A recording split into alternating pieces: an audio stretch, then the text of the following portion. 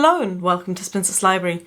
I'm Claudia and today I want to talk about why I am currently binge reading dystopian and post-apocalyptic fiction of the 20th century in the middle of a global pandemic. Now, you might be aware that I have been running a 20th century dystopian fiction readathon this week, starting Monday, ending this Sunday. And safe to say, the uptake has been fairly low. It looks like, for some reason, people aren't too keen on dystopian fiction in the middle of a pandemic. In fact, I asked the question on my Instagram stories and 63% of those who answered the questionnaire said that they are definitely not drawn to dystopian fiction at the moment. So today's video is really about why I am. And before we get any further into this topic, I just want to warn you that yes, I will be discussing current events in this video. If this is all getting a bit too much for you, if you're feeling quite stressed and anxious, then maybe this video isn't for you. Maybe just turn this one off. This is actually the first video in this End of the World Week readathon that I am discussing the current situation with coronavirus, because in the previous videos I've focused completely on the literature and on the books that I've been reading, and I haven't really discussed current events and what's going on. So first of all, I should mention that I have had this idea to do a 20th century dystopian fiction readathon for a very long time. It kind of crystallized at the end of last year as I was getting a bit more confident with my kind of booktube channel and how things are going. And I was really keen to do this kind of readathon in the spring of 2020. Then the pandemic hit. I was aware that a lot of people who may have joined me in this readathon weren't going to, because of the anxiety and the stress that the whole situation is going to trigger in them. But I decided that for me, it was the right moment still. And since I started this readathon on Monday, I have been thinking about why I'm totally okay with reading 20th century dystopian fiction. I can totally understand why you wouldn't, by the way. I'm really not trying to invalidate anyone's feelings, anyone's natural reaction to the world falling to pieces. But in my case, first of all, I feel like I'm a generally quite unemotional person. And I know this sounds horrible, and I know I'm not a robot, but generally speaking, my emotional range is quite narrow. I suppose the other thing is that I wasn't feeling happy and safe in the world before coronavirus either. If you watched any of my political videos of the last year, you know that the thing's been worrying me most about the world at the moment was Brexit. And it still is, because that hasn't gone away in the wake of coronavirus. That's still very much going on.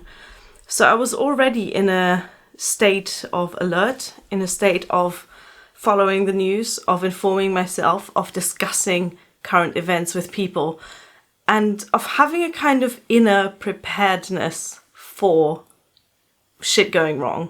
Over the last few days and weeks, I've been reading a lot of tweets and think pieces and comments on the internet about how we are at the start of a dystopian story. But the thing is, we're actually not.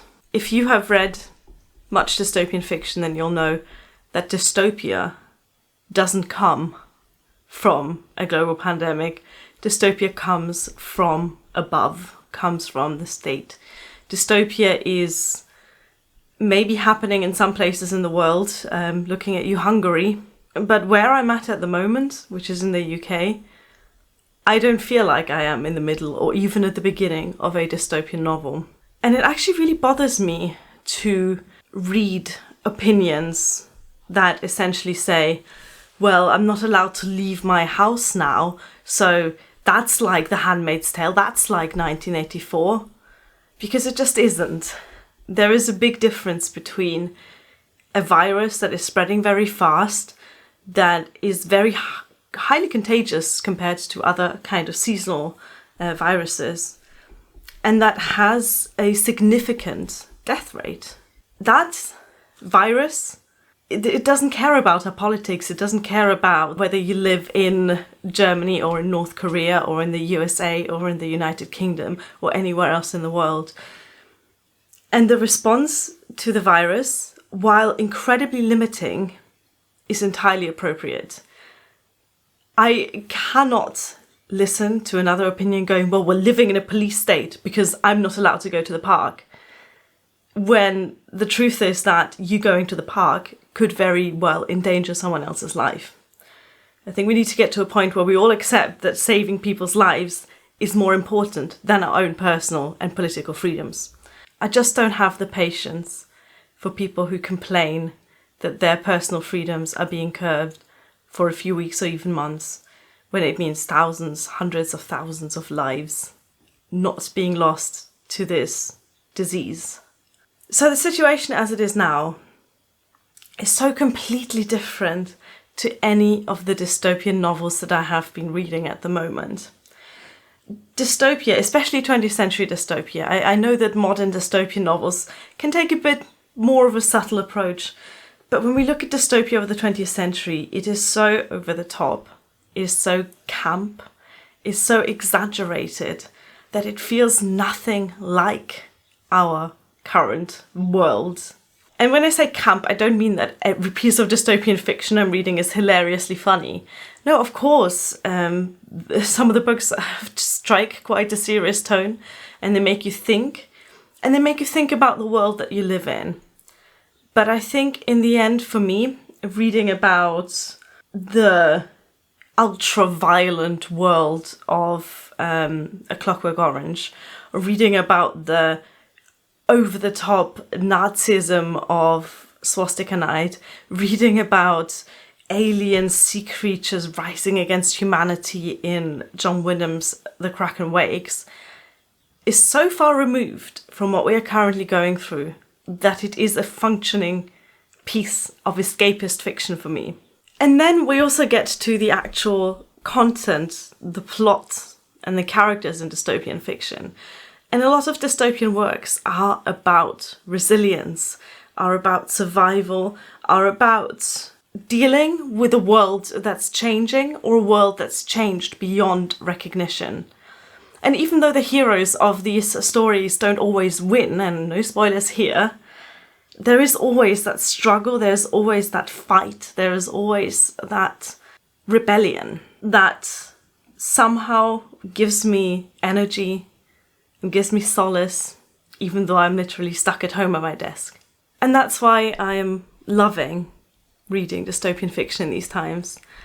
I have finished 2 dystopian novels, and I'm probably going to finish 2 more before the end of the week. And then I'm going to hopefully read the other 2 that I had planned in my TBR. And then I'm not going to stop. I'm going to read more dystopian fiction, maybe pick up some contemporary dystopian fiction, because it really gives me the escapism and the calm that I need. It's okay to not want to read dystopian fiction right now, but it's not okay to over-extrapolate the situation that we're in at the moment and compare it to a fictional environment. Now, of course, there is always a time and a place to criticize the government. And listen, you should hear me shout at the television every afternoon when I hear the British government's daily briefing to the press. There is a lot of place for critique and for worry and for anxiety, but we are not currently living through 1984. And if we're all aware of that, then we can do everything we can to make sure that our current situation doesn't develop into a real dystopian society. By the way, if you do want to hear my political ramblings, I suggest following me on Twitter, because sometimes I go off on one about various governments' responses to this crisis. Anyway, I hope this video has made any sense whatsoever. I would love to know what your take is on this, and again, I totally understand if dystopian fiction isn't for you right now, but I would still love to hear from you and hear your thoughts. And if you're interested in my other videos about 20th century dystopian fiction, then check out the description box for the entire playlist about this readathon. Thank you for watching. Bye!